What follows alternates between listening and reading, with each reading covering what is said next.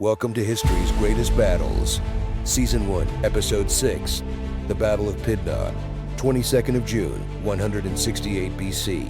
Roman forces recorded at 25,000 infantry, an unknown quantity of cavalry, and a contingent of war elephants. Macedonian forces estimated at 40,000 infantry and 4,000 cavalry. Rome's initial foray into the tumultuous landscape of Greek politics began in 215 BC, sparked by a formidable alliance between the indomitable Carthaginian commander Hannibal and the ambitious king Philip V of Macedon. The new entanglement drew Rome's attention away from its fierce struggle with Carthage, yet a coalition of Greek states, bound by necessity to the Roman cause, thwarted Philip's designs on the Greek peninsula. Though the war dragged on for a decade without a clear victor, Philip's resolve never wavered. He remained steadfast in his pursuit of Macedonian supremacy over Greece. In 200 BC, Philip sought to bolster his ambitions by allying with Antiochus III of the Seleucid Empire, a powerful remnant of Alexander the Great's fragmented empire. When Philip once more turned his gaze aggressively toward Greece, Rome answered with a declaration of war. The Second Macedonian War reached its decisive climax at Cynocephaly in 197 BC, where Rome's triumph was secured not merely by strength, but by the brilliance of its military tactics, specifically the unparalleled flexibility of the maniple formation.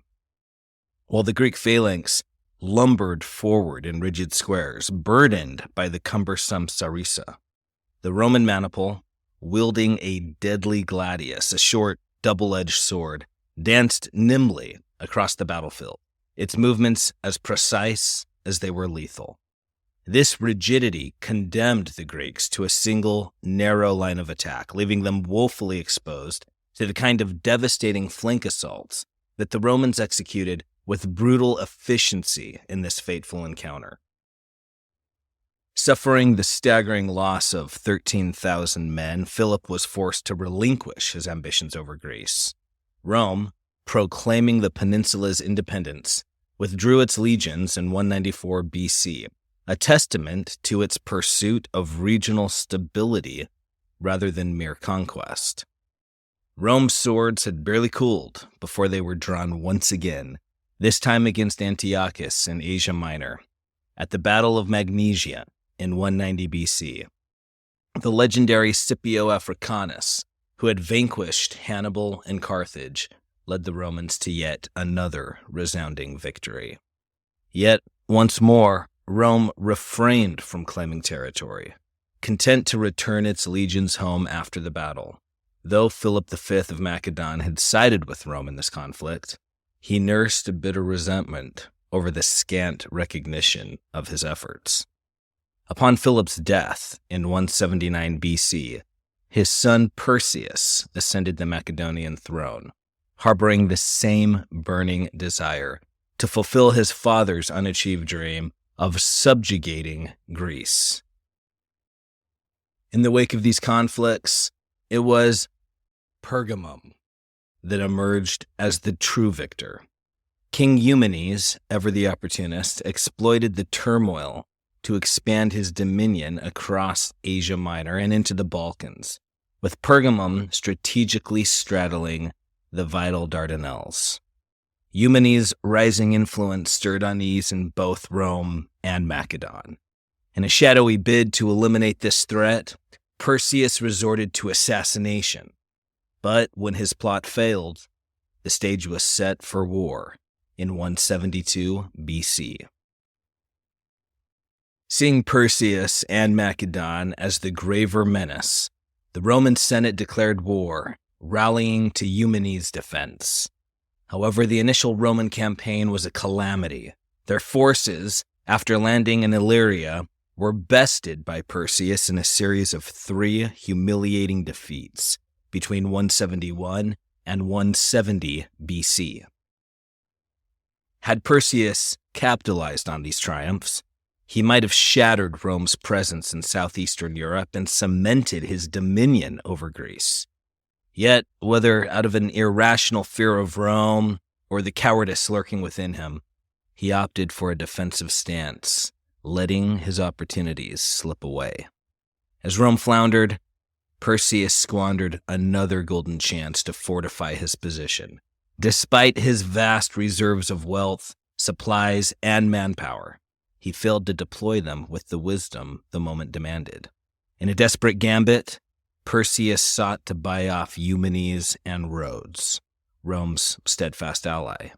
Yet his miserly offers fell short, and his negotiations crumbled before they could bear fruit. He turned his gaze northward, courting the Gauls, whose fearsome cavalry could have turned the tide of war. Yet once again his penchant for parsimony led to failure, as he balked at the price of their allegiance. At last the Roman Senate shook off its complacency.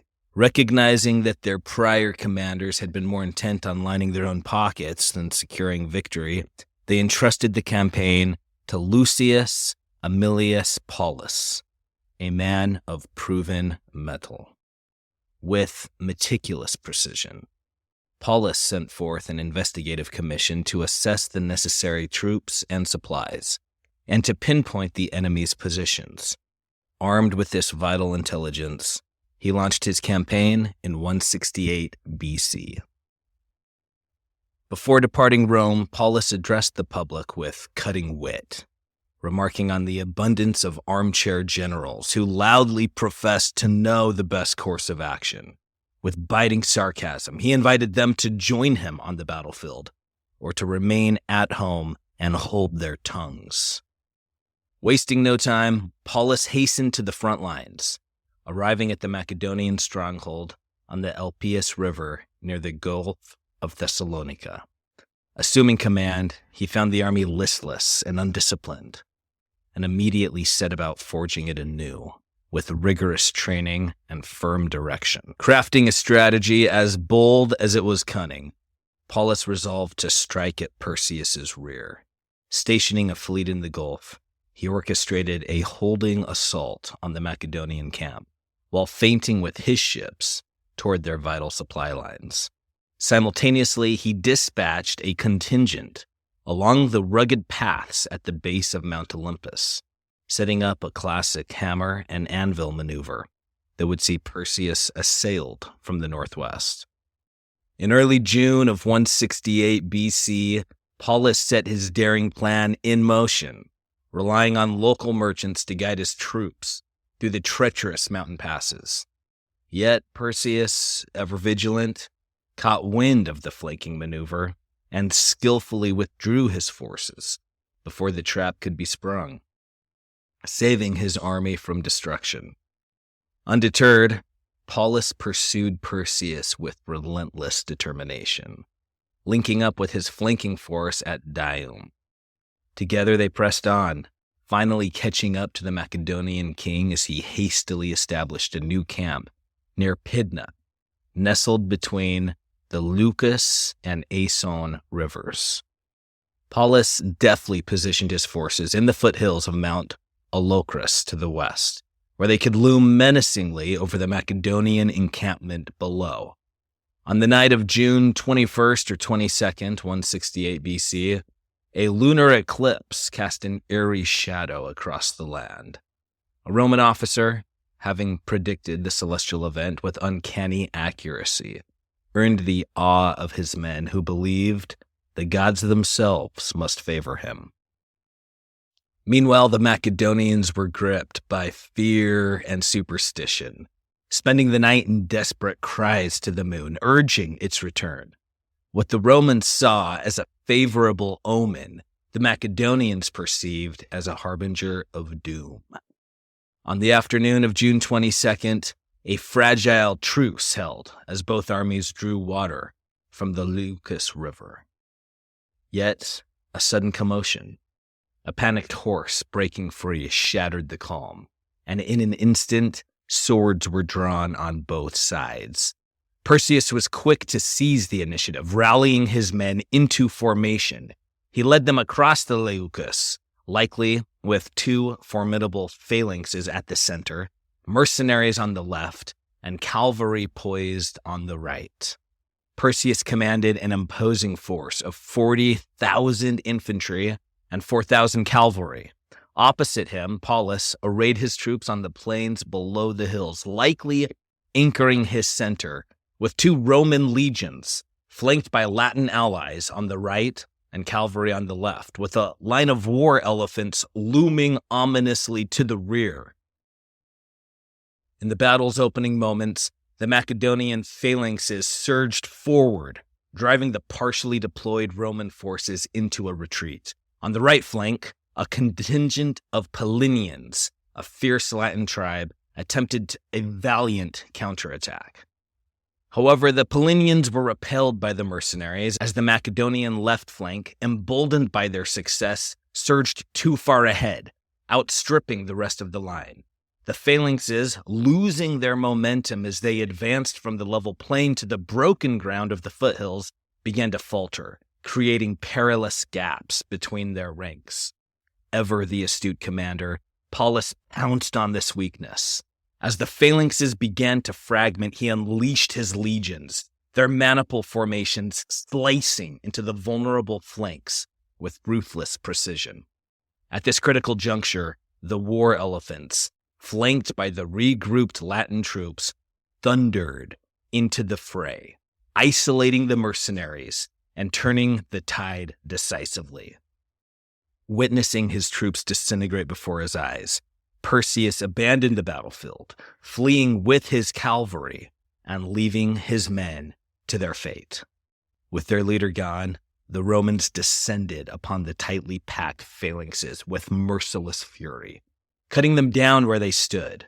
The Macedonians suffered grievous losses, 20,000 dead on the field, 6,000 taken prisoner, and another 5,000 captured in the relentless pursuit that followed.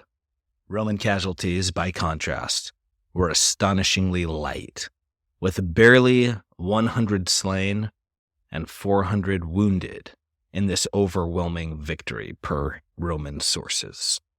Perseus, once a king, was soon captured and led in chains to Italy, where the remnants of his ambitions withered away in the cold confines of captivity. The Roman victory at Pydna brought the Third Macedonian War to a conclusive end. Yet this time, Rome's response was far sterner than in previous conflicts. No longer willing to tolerate the endless squabbles of the Greek states, the Roman Senate decreed that Greece and Macedon would henceforth be occupied under Roman dominion. The Greek populace was disarmed, and those who had aided Perseus faced grim fates, either execution or exile to Italy. Even those who had sided with Rome were not spared. Many were imprisoned in Italy, without charge, for 17 long years. Illyria met with a similar fate, its subjugation solidifying Roman dominance over the entire Adriatic Sea. Eumenes of Pergamum, once the catalyst for Rome's intervention, found himself accused of various transgressions. Though spared from execution, he was reduced to little more than a puppet ruler, subject to Rome's will. The once proud island of Rhodes was divested of its naval might, its fleet absorbed into the ever-growing armada of Rome. And so the final remnants of Greek Macedonian power were extinguished, a flame that had once burned so brightly, now snuffed out by the iron hand of Rome. Since their stunning victory over the Persians in 480 BC, the Greeks had reigned supreme over the eastern Mediterranean, their influence radiating even into the western seas. Greek culture had swept across the Middle East with the conquests of Alexander, and their language had become the universal tongue of trade and intellectual discourse throughout the civilized world. Though the cultural legacy of Greece would endure for centuries, the ability of either Greece or Macedon to expand that influence by force was forever crushed at Pydna. The empire that Alexander the Great had forged, already weakened and fractured in the years following his death, now met its final demise. Antiochus IV of Syria, cowed by the specter of Roman power, surrendered his claims to Asia Minor and retreated from Egypt. With these developments, Rome supplanted Greece and Macedon, rising as the unchallenged power in the Near East. The Seleucid Empire, once a titan, was now in decline, caught between the relentless advance of Rome from the west and Parthia from the east. Though Egypt remained outside Rome's reach for another century, it posed no significant threat. Fresh from its crushing victory over Carthage in the Punic Wars, Rome now stood as the unrivaled master of the Mediterranean basin. As the historian Polybius observed, in less than 53 years, 219 BC to 167 BC, quote, almost the whole inhabited world was conquered and brought under the dominion of the single city of Rome, end quote. This, he declared, was the era when the world history transformed from a series of disconnected transactions into a connected whole. Although Roman political power ascended in the aftermath of these wars, it was the Hellenistic culture of Greece that continued to flourish and spread. Roman generals, followed eagerly by merchants, began to amass the cultural treasures of Greece, sometimes by purchase, often by plunder, to adorn their lavish mansions in Rome. Greek scholars were summoned to tutor the children of Roman elites, while Greek scientific discoveries were eagerly introduced to Rome, where they were ingeniously adapted by Roman engineers for the public good.